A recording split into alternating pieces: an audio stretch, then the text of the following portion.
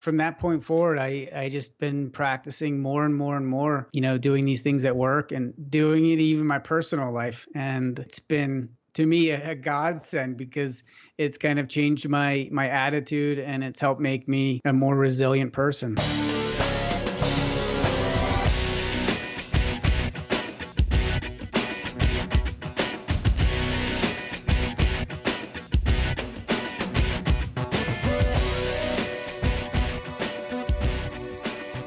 Welcome to the Productivityist Podcast. I'm your host, Mike Vardy, and this week on the show, I'm joined by my good friend, Karl Staib. Karl is the author of Bring Gratitude, Feel Joyful Again with Bite-Sized Mindset Practices. I've been wanting to have Karl on the show for a long time. We've been friends for many years. I wanted to talk to him about gratitude and its role in productivity. We want to talk about journaling. We learn about willpower and way power. That's coming up as well. So there's lots to discuss in this episode. I also want to share with you my Productivityist Podcast pick of the week, so stick around for that. But for now, let's get to my conversation with Karl Staib here on the Productivityist Podcast. Karl Staib, welcome to the Productivityist Podcast. How are you doing today? I'm doing well. How are you? I'm doing well. It's one of the things that I've been doing more when I start my day, beyond the fact of, going, hey, what day is it? Oh, today is, Wednesday. Wednesday's listening day. Great. What listening stuff can I do? I'm spending some time just kind of dwelling in the good stuff, right? The things that I'm grateful for. And I have to say that, you being my friend, we've been friends for a long time, and seeing the work that you're doing, that's kind of inspired me to kind of make time for that. And it doesn't take a lot of time to do that. So before we dig into the idea of gratitude and making time for it, and then maybe some of the things that you can do to foster that, because I think that's the other tricky part. Why don't you share with the listener here who you are and what you do? What's your thing? Okay. So my name's Karl Staib, and I am a recovering complainer. Not a lot of people know this about me, but I used to complain a lot, and not outwardly. It'd be in my head, and it would frustrate me. It would set me. It would I struggle with certain relationships that I've had with certain people because I think I'd be beating myself up. I'd be beating them up. And when I started letting go of that and I started focusing more on being grateful for the moment, man, so many mental doors opened up for me that, man, I just feel so lucky to be able to practice what I practice and teach other people. So my website, I have a website called Bring Gratitude. Bringgratitude.com helps people bring more gratitude into their life and helps them, really make sure that they're optimizing it and optimizing their mindset as well as their body and learning from it, so they can, do more work. They can build better relationships and really make sure that they enjoy doing it as they do it. So one of the things I want to bring up right away is it's bring gratitude. It's not feel gratitude. It's not express it. It's bring it. There's like this offering that, it's not something passive. Can you dig into the idea of bringing it? Because I think that's something that most people say, oh, I feel grateful or I have gratitude, but to bring it, I think is something it's definitely more action oriented.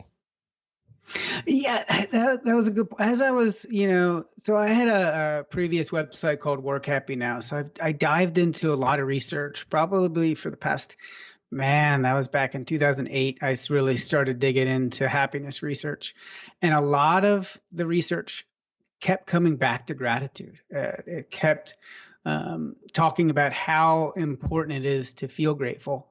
But then what I realized is, it's not just feeling it. It's almost like,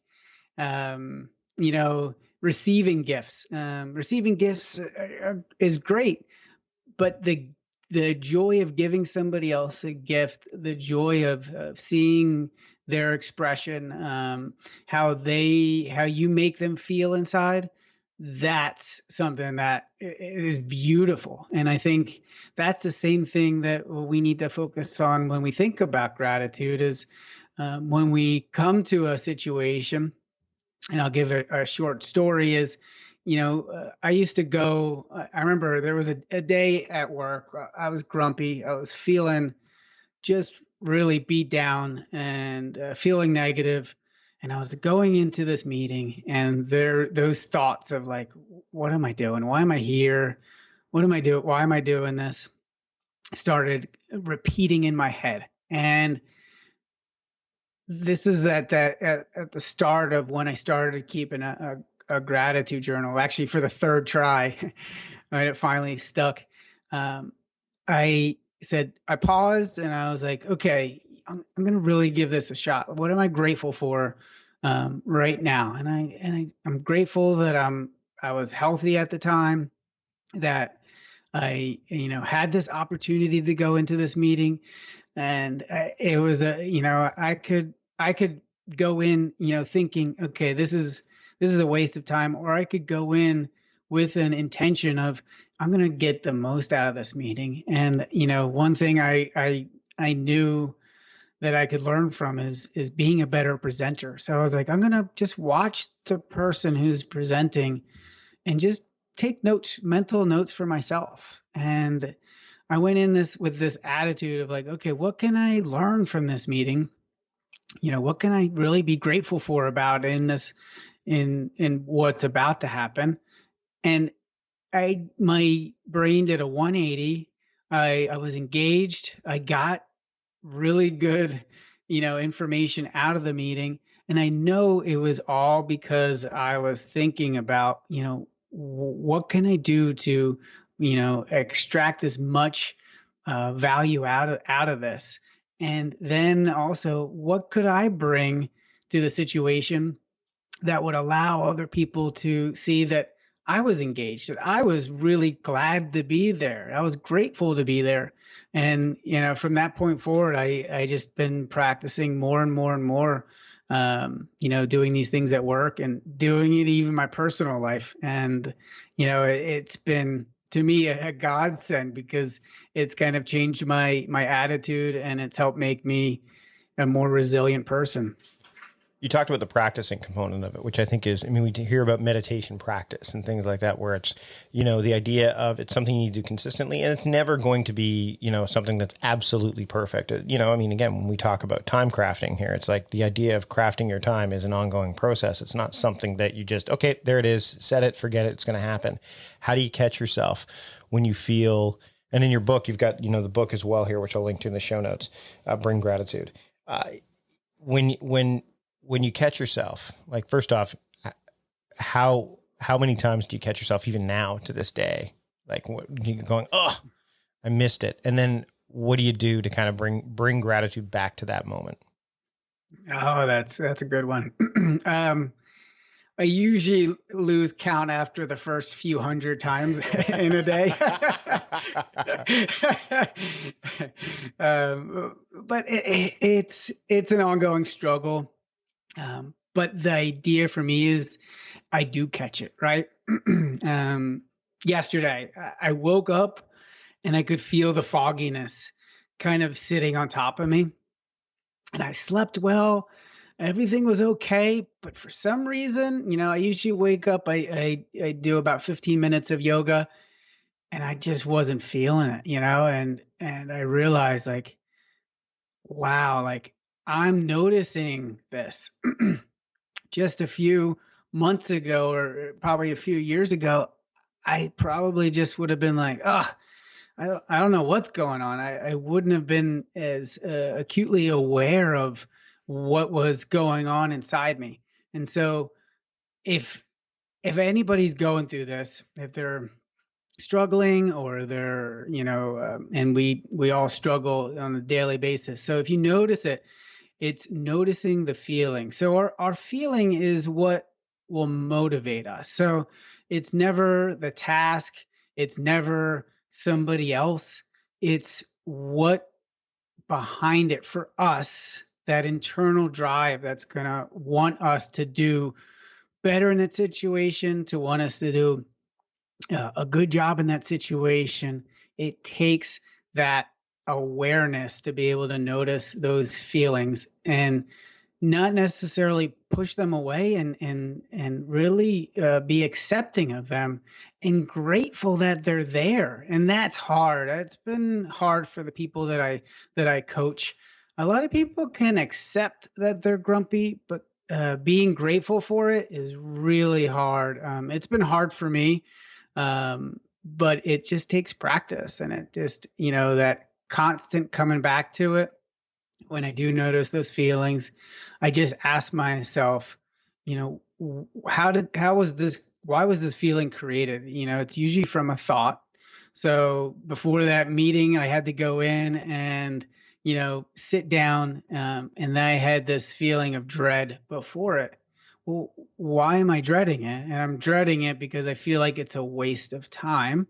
And yeah, and it might be partially a waste of time, but it also could be fruitful. And so that's the amazingness of our flexible minds, is we could get to choose where we put our time and attention in any situation we're at. If we're in jail, if we're stuck in a lousy meeting, we have our brains that can take us any place we want to, and enjoy any situation if we can tap into it. And it starts with those emotions and saying, okay, what is this emotion? Why am I feeling this way? And then exploring it. And really what happens is, when you explore that feeling and you allow it to be, it only lasts for about 90 seconds to 2 minutes. And if it only lasts 90 seconds to 2 minutes, you really can then move on from that and then make a conscious choice of, where you want your mindset to go from there. As you were talking about that, it brings up my son and I were watching a movie last night. It was the new X-Men movie, which is the first superhero movie in a long time that I did not go to the theater to see because it's not that good. But there was a message that Charles Xavier said to Jean Grey, where he gave her a pen and he was talking about her powers, trying to draw a metaphor. He says, this pen, you could do anything you want with it. I'm going to give it to you. You get to decide. You could write with it. You could, do something like that with it, or you could stab somebody in the eye with it. Like, it's really, which is kind of funny because the idea of, with your mind, you can basically decide what you want, what your intention is with the thing that you're facing, right? Whether it's, going into the meeting, whether it's looking at your calendar and go, okay, how am I going to face the day? Am I going to face it with this attitude of dread and, despair, or am I going to go into it and look at it from the perspective of, this is an opportunity to course correct. This is an opportunity to find, it's perspective. And one of the things I was going to touch on with you was this idea of bringing gratitude. I think, in my experience, just dealing with not a lot of clients, but some people that, that I've worked with or that follow my work, there's no immediate ROI that can be found. Like, it's not something that you can necessarily measure numerically or quantitatively. Gratitude doesn't necessarily, it doesn't bring that stuff, as apparently as, say, inbox zero would, or something like that, right? Where they can count it. How do you help yourself and then others that you share your work with get past that barrier? Because that's a bias that can really impede your ability to kind of get into that practice of bringing gratitude. Yeah, it can. You're right. And a lot of people, people that I've worked with, I think they're worried about overusing gratitude and becoming numb to it. Or getting too woo-woo, where people look at them and go, okay, come on, like, really bring it back. Because that's the other thing, is dial it back, right? Yeah. And so, okay, so there's a couple things to unpack here, but I'll start with willpower versus willpower. We only have so much willpower, and it depletes as we use it. So the old example that a lot of people use is going through a grocery store. Excuse me. And as you go through the grocery store, you're picking things off the shelf, you're making choices, which cereal am I going to buy and eat this week? What pasta am I going to buy? What type of ice cream, and so on. And as you do this, your willpower slowly depletes. And as you go to the checkout lane, you see that candy bar that you love sitting right there on the shelf as you're checking out. And it's priced fairly, low cost. And so you're like, sure, I'll pick up that Snickers or pick up that Kit Kat, put on the conveyor belt, and away you go. And it's because your willpower just slowly went down and you couldn't say no to it. You know that candy bar is not good for you. So what the difference with gratitude is, it uses way power. So the more grateful you become, the easier it gets to use. It becomes a default mindset. And as you default to gratitude, you actually don't have to work as hard when you are working towards something. So the idea is kind of like when you're a ship, they call I think it's waves. I forget the exact term, but the wave power comes from that, where you're using a guiding star. It could be the North Star, but instead of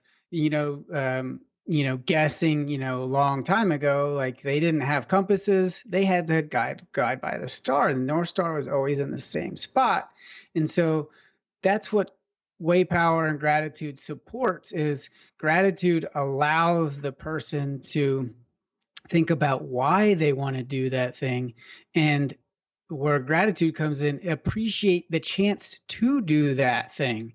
And then it makes it easier to not procrastinate, to actually take action on that thing, instead of, oh, I'm going to just look at my email, or I'm going to check Instagram right now, because your willpower is depleted. But if you're going towards this thing and why you're going towards it, and that you have gratitude for the ability to work on that thing, it makes it easier.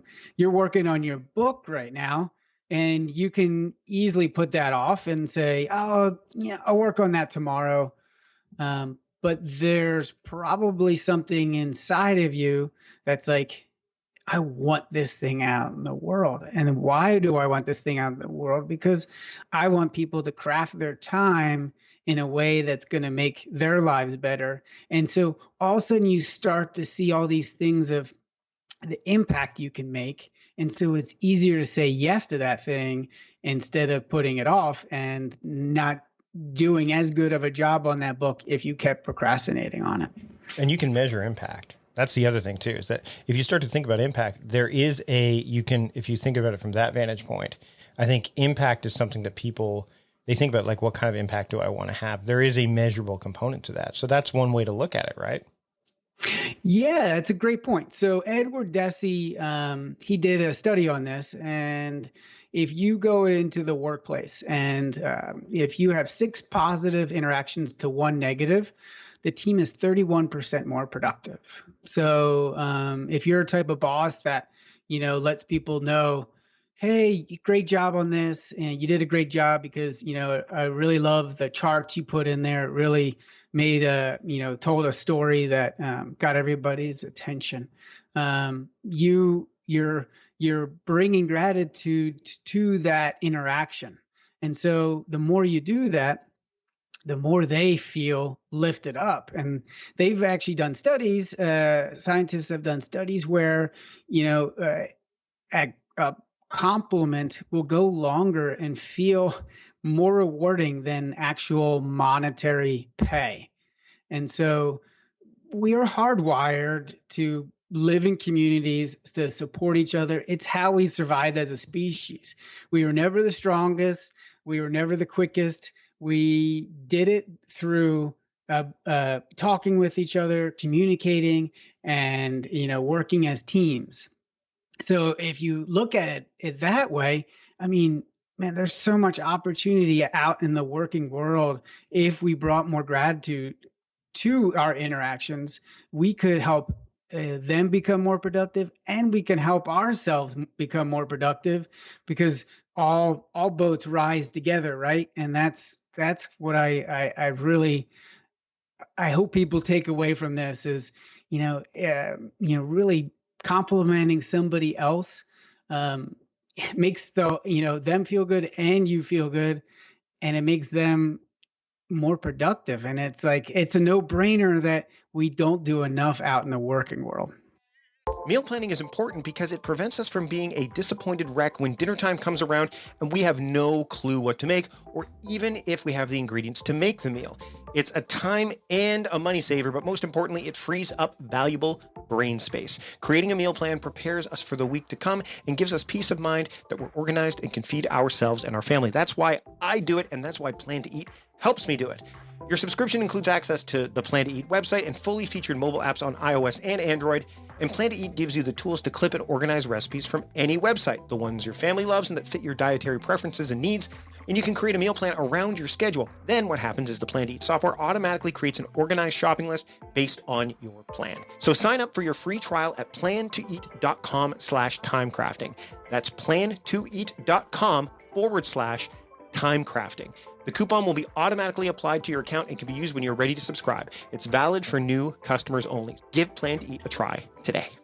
Okay, we're going to take a break from the proceedings right now, but when we come back, I'm going to talk to Karl about how you can seek gratitude externally, the triggers that you can use to bring gratitude into your life, and what finally made the journaling habit stick for him. But first, I want to talk to you about Text Expander. You can unlock your productivity with Text Expander. If you're an iPad or an iPhone user like I am, you'll love the fact that Text Expander now supports iOS 13 dark mode and offers more. Plus, Text Expander for Teams, which I've been using for a long time, unifies your organization's voice with shared snippets. You can manage who sees snippets by making different groups for your departments. Let's say customer support and sales. They can just see the snippets that they need to see. You can make everything you write repetitively available everywhere you type. That's text documents, spreadsheets, web forms, show notes, and more. You can turn your snippets into forms with fill-ins and pop-up fields, which I absolutely love. You can use optional text blocks, autofill dates and times, and graphics, so much more. Text Expander is available for Mac OS, Windows, Chrome, iPhone, and iPad, so there's no excuse not to use it, especially with this offer. Just visit textexpander.com/podcast and get 20% off your first year. Again, that's textexpander.com/podcast. Choose that you heard about Text Expander on the Productivityist podcast, and you'll get 20% off of your first year. Now I want to talk to you about Woven Calendar. Woven Calendar is amazing. It features powerful scheduling tools built into a smart, collaborative calendar. Woven Calendar is designed for busy professionals who want to make the most of their time, because time is money after all. They're tired of wasting time sending emails back and forth to find times to meet, tired of downloading, managing, and paying for multiple scheduling tools. Count me in among those people. They want to make scheduling with clients and teams easy and hassle-free, and they want a calendar that is smart, collaborative, and designed to work the way they work. Woven gives you all that and more. With Woven's built-in powerful scheduling tools, Woven's smart templates, which I love, the scheduling links, and group polls, it's a breeze to find times to meet, and Woven nearly eliminates email back and forth.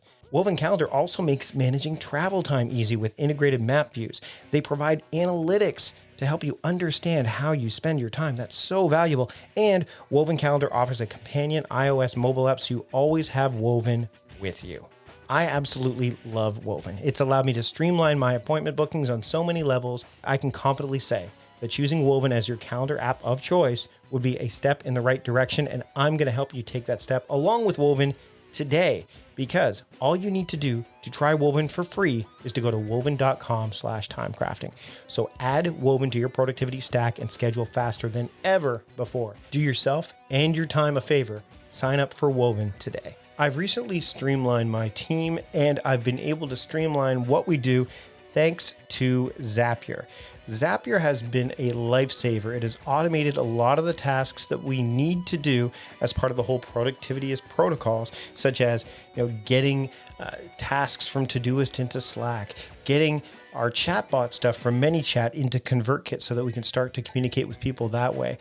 We've been able to connect it with Evernote, Google Drive, so many options, and Zapier has allowed us to do that. It's the easiest way to automate your work. Zapier connects all your business software and handles work for you so that you can focus on the things that matter most. For me, the things that matter most are writing, working on the book, my podcast. There's no more wasting time on tasks that you know could be automated, because that's exactly what Zapier was built to do. Zapier lets you instantly engage with leads, send them to a CRM or spreadsheet, kind of like what I was talking about with the whole ManyChat to ConvertKit thing. And really, that's just scratching the surface. Zapier supports more than 1,500. That's 1,500 business applications.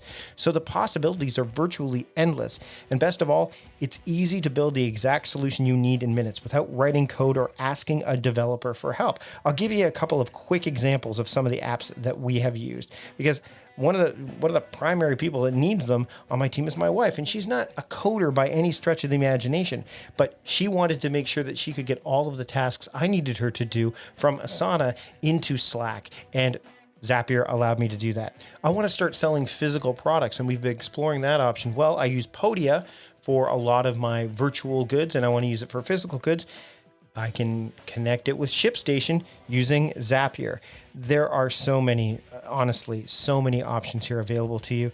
I would highly encourage you to check it out. So again, you can join me as well as 4.5 million other people who are saving an average of 40 hours per month by using Zapier. So right now through November, try Zapier for free.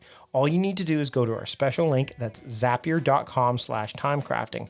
That's Zapier, Z or Z, APIER.com/timecrafting for your free 14-day trial.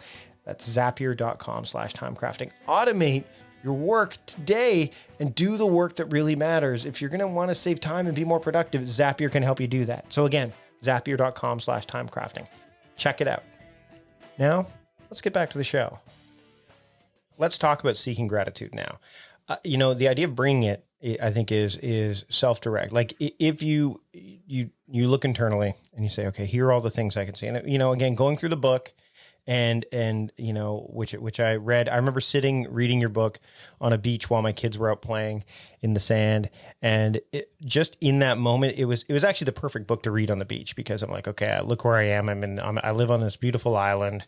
I've got my kids out playing in this, and the ocean has receded so far that you could go, just hundreds of meters out into the where normally it would be covered by water. Like there was just, it put me in this mind space to be able to do that. But sometimes you can't get there, right? Like sometimes you can't do that on your own. How, part of me is thinking, like, is seeking gratitude okay, like externally, like, hey, trying to almost, I wouldn't say lure or bait, but almost like try to pull it in from an external source so that it can kind of get you to the place where you need to go, oh, you know what? That's right. I do have this thing. Yes. I mean, that's a really good analysis there, because I think, well, let me back up real quick. What I've noticed is, through working with clients, through research, there's 3 levels of gratitude, and it starts with surrounding gratitude. The things around us. It's really easy to appreciate a cup of coffee, a cup of tea. It's immediate. It satisfies us, and it's something that we can repeat again and again and again, and we enjoy doing it. And then it gets a little harder.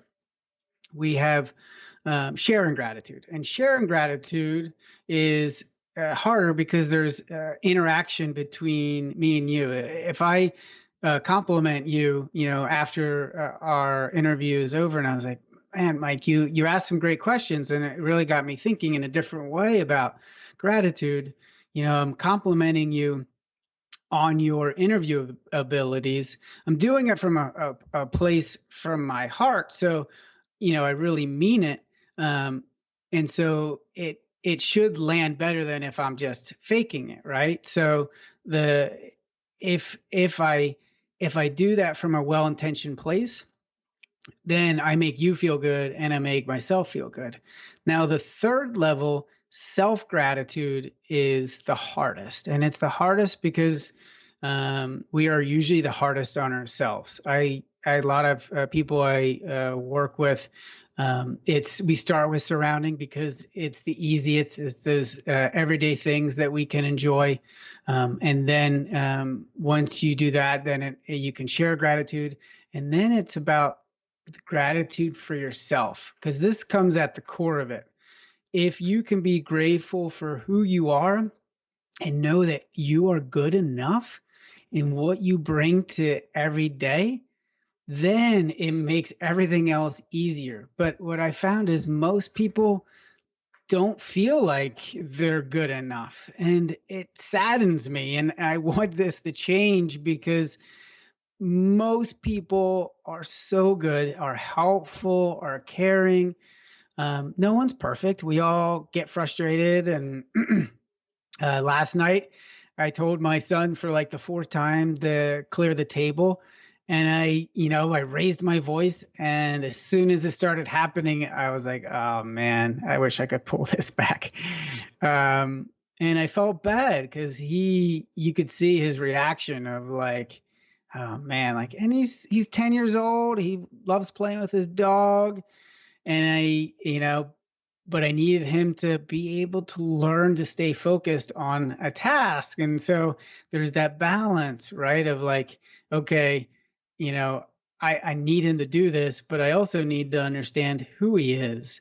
And so I started beating myself up right away. And, a lot of these habits come from our parents, our siblings, our friends. And so these are ingrained things. And that habit came from my dad. That's how my dad used to treat us, like he used to just be like, that's enough, and that would be the end of it. And you would kind of slink down and be like, uh-oh, here it comes. I don't want to be that father, and I want to catch that feeling sooner, but it doesn't help for me to, tear myself a new one and, make my self feel even worse. So what I do is I try to be grateful that I can notice this, that I have the ability to appreciate how far I have come. And, every day is a learning situation. And so I talked to my son, I apologized to him. And, we have a stronger relationship because of that. And now the key thing is at the end of the day, and this is important, I write down what I'm grateful for and, what I learned in that day. And so what's the most impactful thing that you've done in the day, and the things you remember at the end of the day are what solidifies into your memory. And so if that solidifies into your memory, that's going to affect your next day and your next day after that. So you have to really be conscious of what you're putting into your brain at the end of the night. And that's why I suggest people keep a gratitude journal at the end of the night, because if you can remember those things that you've enjoyed, the things you've done well, that's the stuff that's going to sink in and stick with you and build up that inner gratitude that's going to help build up your confidence. So you brought up the gratitude journal again, and I'm glad you did, because earlier on in the episode, you said that it took the third time for you to stick with it. Like you tried it a few times before. It might even not be the third time, a few times, and then it stuck. What made it stick? Oh, I was going through a difficult time. My father was passing. He passed away almost 3 years ago. And I was going down that negative path, complaining, worrying about what was going to happen to me when my father died. I was worried about losing a friend. As you can see the theme here, it kept coming back to me. And I wanted to break that. I had 40 wonderful years with my dad. And when he was passing, I realized I couldn't focus on what I was losing. I had to focus on what I did have with him. And, the last bits of phone calls that I could to really, maximize the relationship that we had. And so I started just going, it was the third time. I went back to my gratitude journal, and I just focused on what I learned from them, and I just wrote everything out. I forget how many, it was over a 50. And I just let it all hang out. I remember crying over this list, and I was so grateful for what he had given me and what he had taught me. He was far from perfect. He definitely had a temper. I definitely got my temper from him. But what I realized was I needed to reframe how I looked at my father's death and not allow it just to knock me around and push me down and send me into a depression. And so that's when I, was like, okay, I feel really good now. And that's where that's what the book came out of. Those little bits of gratitude, little moments of how, as I was going through this with my father passing, turned into little stories. And then I realized like, wow, after a few of these stories, I was like, man, this could be a book. And I think it could help a lot of people. And so that's kind of where it all started. I think the third try, so there's studies that prove, like alcoholics, anybody who struggles with diet, you like with a diet, you can't just say, oh, for the next 60 days, I'm going to eat like this, right? The reality is if you, after 60 days, you probably will go back to the way you ate and you're going to put weight back on. So it's got to be a mindset shift that you stick with. It's not like, this is my diet that I'm doing for 60 days. Like, no, this is the way I'm going to eat from now on. And then keep improving as I go. And so same thing with gratitude, like a gratitude journal. The more you try, so you're probably going to fail. If you're like me, you'll start a gratitude journal and then you'll be like, I feel good. I'm going to take a break, or maybe you just forget and a few days go by and you keep forgetting. And then what ends up happening is you realize like, oh, I'm starting to feel down again, or I need a little pick me up. And hopefully the gratitude journal comes to mind and you come back to it. So the more you do that, the more you're building up your internal strength to stick with it. And same with a diet, the more you do it, the more you try. Alcoholics are known for trying 5, 6, 7 times before they finally give it a really good go and quit drinking. So it takes that extra bit of patience, forgiving yourself when you don't, write in your gratitude journal, or if you cheat a little bit on your diet, and forgiving yourself and then getting back to it. And the more you do it, the easier it gets.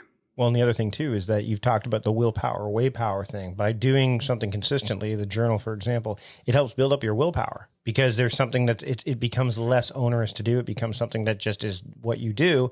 So you're not exerting as much willpower to do it, which means you can leverage that in conjunction with the way power. So I think that's really powerful. Now, before we go, I want to make sure that people leave here today. The listener leaves here today with something actionable. And one of the things that I think is, especially, I wouldn't say difficult, but challenging, is, getting started and then keeping consistent with it. So I've found for me to express gratitude, things like, that kind of thing. First off, you've given me these wonderful cards, which we're going to link to in the show notes, the Bring Gratitude cards. We're going to talk about those. Along with the 30-day mindset reboot. There's some stuff here that's really cool.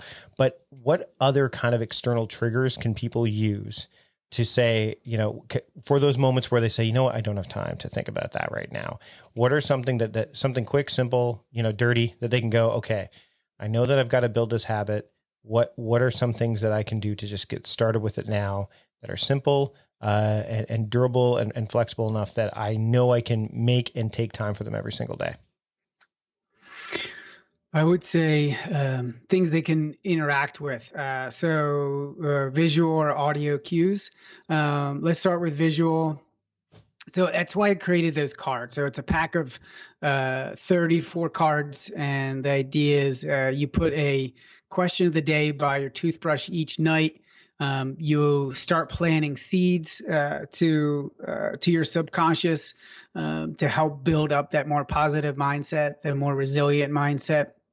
And it's questions like, what are your three greatest strengths? And, what's one thing you struggle with, but you've learned from? And these cards, each one's different. And so, and everybody, I've heard people putting by their desk, but just having that card out there is a way to kind of set the tone. So, I have an evening routine. And so the evening routine is that card is by my toothbrush. And as I'm brushing, I think about it. And then when I go to bed, what I do is I'll write down three things I'm grateful for, three things I did well that day to help build my confidence, and then what's my intention that I want to focus on the next day. And usually the intention for me is just something around being present, focusing on gratitude when I'm struggling. It's usually a mindset intention, not necessarily like I intend to, go get my oil changed on my car, but something that I feel that can apply to almost any situation. It's more about being than doing. Yes. And so if you're anything like me, if you don't have cards, you can use a Post-it note on your mirror in the bathroom. You can put your gratitude journal on your pillow before you open up your phone or turn on Netflix and whatever it is, or turn on the TV, write in your gratitude journal. And when it's there and you see it and you feel it. A lot of people, I set a alarm on their phone. So some of my clients, they'll put a gratitude alarm in the morning and at night. So they start off their day and they close their day with gratitude. But yeah, you need those cues. It needs to be something that's going to catch your attention and help you build that habit. And, out of sight, out of mind, you're going to forget to do these things. But if you put it into your routine and you make it visual or auditory, it's going to make it easier for you to remember. Karl, this has been great. I'm glad we've had a chance to have this conversation. I'm grateful that we've been able to do this. The book that I'm holding in my hands right now, which, by the way, it's one of those books which I love these kind of books because it fosters the intent. So what I mean by that is it's not a book that you need to read from cover to cover in order. You can pick it up and read different, it's basically little essays or little stories. And there's several of them. I'm looking right now. We've got over 100 of them that are in here. So it's Bring Gratitude, Feel Joyful, again, with bite-sized mindset practices. And there's the cards too as well. But where can people help? Where can you help people if they go somewhere to help them bring gratitude? Where would you like them to go? You can go to bringgratitude.com/podcast. And so basically what I have is a couple free resources. When you sign up, you'll get the 5 things to help you become 31% more productive. You get access to a Facebook group. It's a private Facebook group called Mindset First Club. And it's got a little over 2,000 people in there. But the idea is, help get you started on your journey towards creating that gratitude habit and building that more resilient mindset. So when you do get knocked down, and we all do, it's about getting back up and, becoming stronger for it, and then tackling that next thing that's, going to help you create the life that you really want. Karl, thanks so much for joining me today on the Productivityist podcast. Thank you so much. This has been fantastic. Great questions. Big thanks to Karl for joining me on the show today. Of course, if you want to keep up with everything he has to offer, including his book, Bring Gratitude, the show notes will be found both in the app that you're using right now to listen to this podcast, if you are, and if not, you can go to productivityist.com/podcast 265, and that'll have all of the helpful links, relevant show notes, talking points, all that stuff are there. Before we get to the wrapping up point, I want to share with you my Productivityist podcast pick of the week, and it's 3 books by Neil Pasricha. I really only discovered this after, picking up some of Neil's books and having the chance to just interview him, which he is actually, he's coming up as a guest on the show with regards to his next book. But Neil's podcast, basically the whole idea is it's a 15-year-long quest for him to uncover the 1,000th most formative books in the world. So each chapter is hosted live. So he's talked to people like Seth Godin. He's talked to Ryan Holiday. He's talked to Mark Manson, Jonathan Fields, Tim Urban, some fantastic people. Gretchen Rubin, who's been on the show, Judy Bloom. I highly recommend you check out this podcast, especially episode, with Seth Godin. That's the first one that got me hooked, and I've been listening ever since. So again, it's 3 books with Neil Pasricha. That's the Productivityist Podcast Pick of the Week. And that's it. That's all for this week's episode. I want to thank Karl again for joining me on the show. If you enjoyed this program, please subscribe to the podcast. Leave us a rating and review in Apple Podcasts, Spotify, Stitcher, Google Podcasts, wherever you are listening to the show. It helps me make the show better. I'm staring at my shiny new computer as I get ready to work on this because I'm doing all the production work now. So since I'm doing all the production work now, I'd love to get the feedback to see what I can do to make the show better. So again, ratings and reviews, always helpful. And I'm really, really grateful, fittingly, that you took the time to listen to the program today. That's it for now. I'm Mike Vardy, the host of the Productivityist Podcast, reminding you to stop guessing and start going. See you later.